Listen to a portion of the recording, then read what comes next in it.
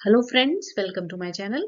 मैं हूं अमन ठाकुर और आज की वीडियो में हम करेंगे दिसंबर 2023 करंट अफेयर्स पार्ट 2। तो चलिए शुरू करते हैं।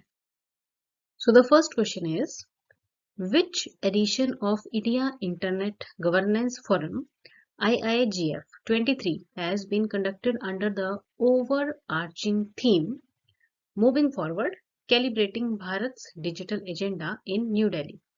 तो देखिए, इस क्वेश्चन में ये आपसे पूछा गया है कि आपको बताना है कि इंडिया इंटरनेट गवर्नेंस फोरम यानी कि IIGF 23 का कौन सा एडिशन नई दिल्ली में कंडक्ट किया गया है और जिसका थीम है मूविंग फॉरवर्ड, जो कि भारत के डिजिटल एजेंडा को बता रहा है, दर्शा रहा है। तो ऑप्शन दी गई हैं फर्स्ट, सेकंड, थर्ड और फोर्थ। तो देखिए, इसका जो राइट आंसर है वो ऑप्शन सी है। इसका थर्ड एडिशन जो है वो न्यू दिल्ली में कंडक्ट किया गया है। और इसके बारे में जान लीजिए कि India internet governance forum is an initiative associated with United Nations internet governance forum, जो कि है UNIGF। What is the rank of India in the World Digital Competitiveness Ranking 2023?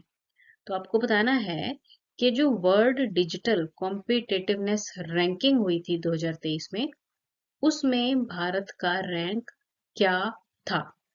तो ऑप्शंस हैं फिफ्थ, 15th, 41st या फिर 49th। देखिए, इसका जो राइट आंसर है वो ऑप्शन डी है। भारत का जो रैंक रहा है ये डिजिटल कॉम्पिटिटिवनेस रैंकिंग में, वो रहा है 49 यानी कि 49वां रैंक रहा है। अब इसके बारे में थोड़ी और जानकारी लीजिए। World digital competitiveness ranking Bharat का आया है इसमें 49th रैंक, जबकि टॉप पे इसमें आया है US। The international institute for management development यानी कि IMD, इनके द्वारा ये एक जो कंडक्ट किया जाता है रैंकिंग सिस्टम, 2023 में इसे कंडक्ट किया गया, जिसमें भारत का तो आया 49th पोजीशन और टोटल 64 कंट्रीज जो थी इसमें शामिल थी। Who has become India's 84th grand master? आपको बताना है कि भारत का 84th ग्रैंड मास्टर कौन बना है। तो ऑप्शंस हैं आर प्रज्ञानंद, अरविंद चिदम्बरम, अलेक्जेंडर फ्रेदके और वैशाली रमेश बाबू। तो देखिए, इसका राइट आंसर ऑप्शन डी है। वैशाली रमेश बाबू जो है भारत की 84th ग्रैंड मास्टर बनी है। Option D is the right answer. Which company has acquired ICC cricket rights for Australia till 2027? आपको बताना है कि वो कौन सी कंपनी है जिसको ICC क्रिकेट के अधिकार मिल गए हैं, राइट्स मिल गए हैं फॉर ऑस्ट्रेलिया 2027 तक। तो ऑप्शन है टाटा, Amazon, जियो और यस बैंक। तो देखिए, इसका राइट आंसर ऑप्शन बी है। Amazon जो है इसे ICC क्रिकेट राइट्स मिल गए हैं फॉर ऑस्ट्रेलिया 2027 तक। Option B is the right answer. World soil day is observed every year on which day? आपको बताना है कि वर्ल्ड सॉइल डे यानी कि विश्व मृदा दिवस यानी कि मिट्टी के लिए मनाया जाता है ये, तो किस दिन मनाया जाता है? तो ऑप्शंस हैं 2 दिसंबर, 6 दिसंबर, 5 दिसंबर और 4 दिसंबर। तो इसका राइट आंसर है ऑप्शन सी यानी कि 5 दिसंबर को वर्ल्ड सॉइल डे मनाया जाता है। और इसे मनाने का जो मेन मोटिव है वो ये है ताकि जो सॉइल पोल्यूशन है उसे रोका जाए और लोगों में इसको मीन सॉइल पोल्यूशन को रोकने के लिए जागरूकता फैलाई जाए। मेन मोटिव इसका ये रहता है। तो इस क्वेश्चन का जो राइट आंसर है वो है option C. International volunteer day is celebrated every year on 5th December. What is the theme of International Volunteer Day 2023? अब देखिए, इस क्वेश्चन में ये बताया गया है कि हर साल इंटरनेशनल वॉलंटियर डे यानी कि विश्व स्वयं सेवी दिवस हर साल मनाया जाता है 5 दिसंबर को। तो जो 2023 में ये इंटरनेशनल वॉलंटियर डे मनाया गया ना, उसका थीम क्या था वो आपको बताना है। तो ऑप्शंस हैं positive difference, volunteer power, the value of collective और द पावर ऑफ कलेक्टिव। तो देखिए इसका जो राइट आंसर है वो ऑप्शन डी है। जो 2023 में इंटरनेशनल वॉलंटियर डे का थीम था वो था द पावर ऑफ कलेक्टिव। तो option D is the right answer. According to the government data, 18 crore 15 lakh beneficiaries enrolled under PM Jeevan Jyoti Bima Yojana and PM Suraksha Bima Yojana during the last 3 years. In which year PM Jeevan Jyoti Bima Yojana was launched? अब देखिए इस question में ये पूछा गया है कि government के डाटा के हिसाब से 18 करोड़ 50 लाख लोगों को पीएम जीवन ज्योति बीमा योजना और पीएम सुरक्षा बीमा योजना का लाभ हुआ है पिछले 3 सालों में। अब आपको ये बताना है कि ये जो पीएम जीवन ज्योति बीमा योजना है ना, ये किस साल में शुरू की गई। तो ऑप्शंस हैं 2015, 2016, 2017 या फिर 2019। तो देखिए इसका राइट आंसर ऑप्शन ए है। पीएम जीवन ज्योति बीमा योजना जो है ना, ये 2015 में शुरू की गई थी। तो option A is the right answer.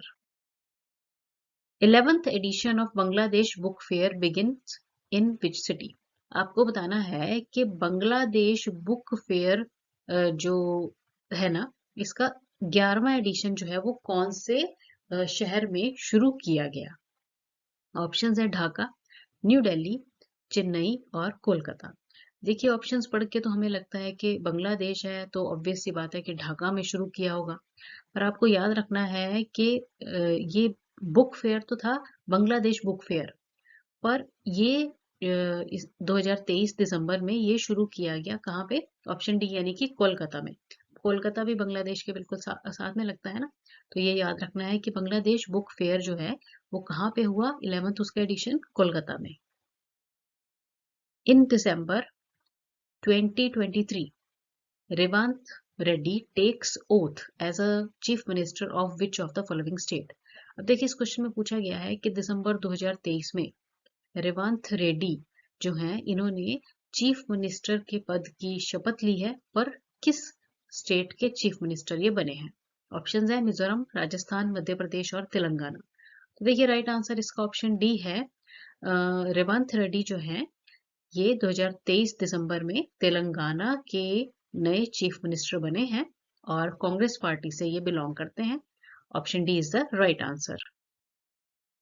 Which country has opted the one province one policy approach to tackle financial risks at provincial level? तो देखिए आपको बताना है कि वो कौन सी कंट्री है या कौन सा देश है जिन्होंने एक नई पॉलिसी अडॉप्ट की है जिसका नाम है one province and one policy, यानी कि एक राज्य और उसकी एक ही नीति, ताकि वो जो भी फाइनेंशियल रिस्क वगैरह हैं उन्हें अपने प्रोविंशियल लेवल पर ही उनको टैकल कर सके। तो ऑप्शन दी गई हैं इंडिया, रशिया, जापान और चाइना। तो आपने याद रखना है कि one province and one policy की जो नीति है या जो भी पॉलिसी है ना, वो अडॉप्ट की है किसने? चाइना ने, ताकि जो फाइनेंशियल रिस्क वगैरह है उनको हैंडल किया जा सके, टैकल किया जा सके। तो option D is the right answer. In December 2023, which company has achieved a significant milestone by becoming 8th company to surpass ₹6 lakh crore market capitalization? आपको बताना है कि दिसंबर 2023 में वो कौन सी कंपनी है जो कि 8th कंपनी बन गई है और इन्होंने अपना जो कैपिटल रेट कमा लिया है या जितनी बेनिफिट लिया है वो है 6 लाख करोड़ का मार्केट कैपिटलाइजेशन की वैल्यू हो गई है इस कंपनी की। तो ऑप्शंस है HDFC bank, Vodafone group, LIC या फिर भारती एयरटेल। देखिए इसका राइट आंसर ऑप्शन डी है। भारती एयरटेल जो है ये बन गई है एक दिसंबर 2023 में 8th रैंक वाली कंपनी और जिनकी जो मार्केट कैपिटल वैल्यू है कितनी हो गई है, 6 लाख करोड़ की। तो option D is the right answer. In December 2023 the Reserve Bank of India cancelled the licence of which of the following bank. देखिए दिसंबर 2023 में रिजर्व बैंक ऑफ इंडिया ने एक बैंक का लाइसेंस कैंसिल किया है अभी रिसेंट। आपको बताना है वो कौन सा बैंक है। तो देखिए यहाँ पर ऑप्शंस में दिया गया है Abhyudaya cooperative bank limited, Saraswat cooperative bank, then Cosmos cooperative bank और शंकरराव पुजारी नूतन नागरी सहकारी बैंक। तो इसका जो राइट आंसर है वो ऑप्शन डी है। ऑप्शन डी यानी कि शंकरराव पुजारी नूतन नगरी सहकारी बैंक की जो लाइसेंस है ना वो आरबीआई ने दिसंबर 2023 में कैंसिल कर दिया है। According to which rating agency India will become world's third largest economy by 2030। आपको बताना है कि कौन सी एजेंसी है जिसकी रेटिंग के हिसाब से ये कहा गया है, मतलब उन्होंने अपनी रेटिंग दी है कि जो भारत है ये 2030 तक दुनिया की तीसरी लार्जेस्ट इकोनॉमी जो है वो बन जाएगा। ऑप्शंस है IMF, S&P global ratings, world bank या फिर मूडी। तो इसका राइट आंसर ऑप्शन बी है। S&P ग्लोबल रेटिंग एजेंसी ने ये रेटिंग दी है कि 2030 तक भारत जो है ये दुनिया की तीसरी लार्जेस्ट इकोनॉमी बन जाएगा। Option B is the right answer. Which movie has won the ALT environment film festival. आपको बताना है कि कौन सी मूवी है जिन्होंने एनवायरमेंट फिल्म फेस्टिवल में ALT विन किया है। तो ऑप्शंस है the mummy, animal, deep rising या फिर द मैग। तो राइट आंसर इसका है ऑप्शन सी, ये है डीप राइजिंग मूवी है जिसे कि ये ALT एनवायरमेंट फिल्म फेस्टिवल में जीत हासिल हुई है। Option C is the right answer. Which organisation has been honoured with India business leader award recently. आपको बताना है कि कौन सी ऐसी ऑर्गेनाइजेशन है जिन्हें की इंडिया बिजनेस लीडर अवार्ड जो है वो रिसेंटली मिला है। ऑप्शंस हैं Tata advanced system, Indian space research organisation जिसे इसरो भी कहते हैं, महिंद्रा एरोस्पेस या फिर बोइंग रोटर क्राफ्ट सिस्टम। तो देखिए इसका राइट आंसर ऑप्शन बी है, इंडियन रिसर्च स्पेस ऑर्गेनाइजेशन यानी कि इसरो को जो है India business leader award recently मिला है। इन December 2023 which company has delivered the largest survey vessel built in India, INS संधायक to Indian Navy। देखिए अब इस क्वेश्चन में ये पूछा गया है कि एक कंपनी है जिन्होंने एक बहुत बड़ा या हम कह सकते हैं सबसे बड़ा सर्वे वेसल जो है वो बनाया है जिसका नाम है INS संधायक और ये इंडियन नेवी को दिया है। और उस कंपनी का आपको नाम बताना है। सर्वे वेसल का मतलब क्या हो गया, एक बहुत बड़ी शिप है, सबसे बड़ी शिप का वेसल जो है ना बॉडी उसकी वो बनाई है INS संधायक और इसे दिया गया है कहाँ पर, इंडियन नेवी को। तो देखिए ऑप्शंस हैं Hindustan shipyard, shipping corporation of India, Cochin shipyard, garden reach ship builders and engineers. तो इसका राइट आंसर है आपका option D, garden reach ship builders and engineers के द्वारा ये INS संधायक बनाया गया है। दिसंबर 2023 में इसे इंडियन नेवी को डिलीवर कर दिया गया है। M. Shri Shankar has been honored with the prestigious 35th Jimmy George Foundation Award for emerging as the best sportsperson of Kerala. Which sport event is he related to? देखिए इस question में ये पूछा गया है कि M. श्री शंकर जो हैं इन्हें प्रेस्टिजियस अवार्ड दिया गया है जिसका नाम है जिमी जॉर्ज फाउंडेशन अवार्ड और ये जो है ना बेस्ट स्पोर्ट्स पर्सन केरला को दिया जाता है हर साल और ये 35th दिया गया है M. श्री शंकर को। आपको बताना है कि M. श्री शंकर जो है ना ये किस खेल से संबंधित हैं। ऑप्शंस है long jump, shot put, wrestling या फिर वुशु। तो राइट आंसर इसका ऑप्शन ए है। ये एम श्री शंकर जो है ना, ये लॉन्ग जंप के स्पोर्ट्स पर्सन है और केरल का ये फेमस अवार्ड है जिमी जॉर्ज फाउंडेशन अवार्ड। तो ये स्पोर्ट्स पर्सन को दिया जाता है हर साल, बेस्ट स्पोर्ट्स पर्सन को। तो इस साल ये दिया गया है किसे? एम श्री शंकर को। और ये लॉन्ग जंप जो है स्पोर्ट्स में ये है। इंडिया ऑब्जर्व्स महापरिनिर्वाण दिवस every year on December 6th in the memory of dash। देखिए भारत में हर साल 6 दिसंबर को महापरिनिर्वाण दिवस जो है ये मनाया जाता है, पर आपको बताना है कि किसकी याद में ये मनाया जाता है। ऑप्शंस हैं सुभाष चंद्र बोस, सरदार वल्लभ भाई पटेल, स्वामी विवेकानंद या फिर डॉक्टर बी आर अम्बेडकर। तो देखिए हर साल 6 दिसंबर को महापरिनिर्वाण दिवस जो है ना, वो डॉक्टर बी आर अम्बेडकर की याद में मनाया जाता है। यहाँ पर ये जो परिनिर्वाण दिवस है ना, जो इसमें महापरिनिर्वाण है ना, ये एक संस्कृत का शब्द है जिसका मतलब होता है अल्टीमेट निर्वाणा या फिर liberation. Firozabad municipal corporation in Uttar Pradesh has approved the proposal to rename the Firozabad as. देखिए फिरोजाबाद जो है ये उत्तर प्रदेश का एक शहर है, म्युनिसिपल कॉर्पोरेशन है वहां पे। तो उसका जो एक नया प्रपोजल आया है उत्तर प्रदेश सरकार की तरफ से कि अब इसका नाम जो है ना वो बदल दिया जाएगा, रीनेम कर दिया जाएगा। और जो नया नाम होगा इसका वो क्या होगा? ऑप्शंस है गंगानगर, सूरजनगर, चंद्रनगर या फिर फिरोजनगर। तो इसका राइट आंसर ऑप्शन सी है। फिरोजाबाद का जो नया नाम होगा वो क्या होगा?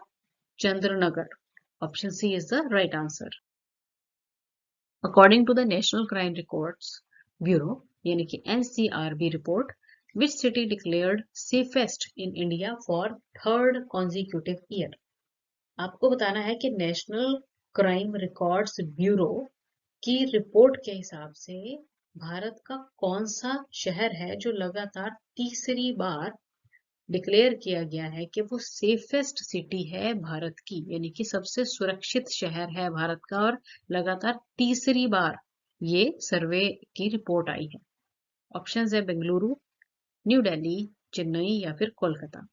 तो राइट आंसर इसका ऑप्शन डी है। कोलकाता जो है या कलकत्ता जिसे हम कहते हैं, ये लगातार तीसरी बार नेशनल क्राइम रिकॉर्ड्स ब्यूरो की रिपोर्ट के हिसाब से लगातार तीसरे साल इसे डिक्लेयर किया गया है सेफेस्ट सिटी इन इंडिया।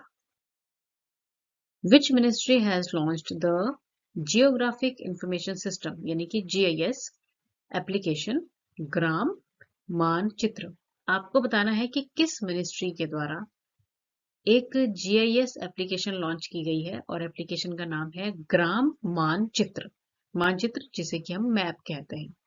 तो ऑप्शंस हैं ministry of culture, ministry of environment and forest, ministry of housing and urban affairs and ministry of panchayati raj. देखिए इसका जो राइट आंसर है वो ऑप्शन डी है। मिनिस्ट्री ऑफ पंचायती राज के द्वारा ग्राम मानचित्र जो है इसका एक GIS यानी कि जियोग्राफिक इंफॉर्मेशन सिस्टम जो एप्लीकेशन है वो लॉन्च की गई है। Option D is the right answer. In December 2023, India has extended a $250 million line of credit for modernization of agriculture for which country? अब देखिए इस क्वेश्चन में ये पूछा गया है कि दिसंबर 2023 में भारत ने किस देश को $250 मिलियन ऋण की मदद की है ताकि वो अपने एग्रीकल्चर में मॉडर्नाइजेशन कर सके, मतलब अपनी जो कृषि करने के तरीके हैं ना उनको ज्यादा आधुनिक बना सके। तो कौन से देश को इतना जो ऋण देने की घोषणा की है भारत ने? तो ऑप्शंस है मलेशिया, मालदीव्स, केनिया और वियतनाम। तो इसका राइट आंसर ऑप्शन सी है। केनिया को जो है ये मदद जो है वो भारत के द्वारा दी जाएगी।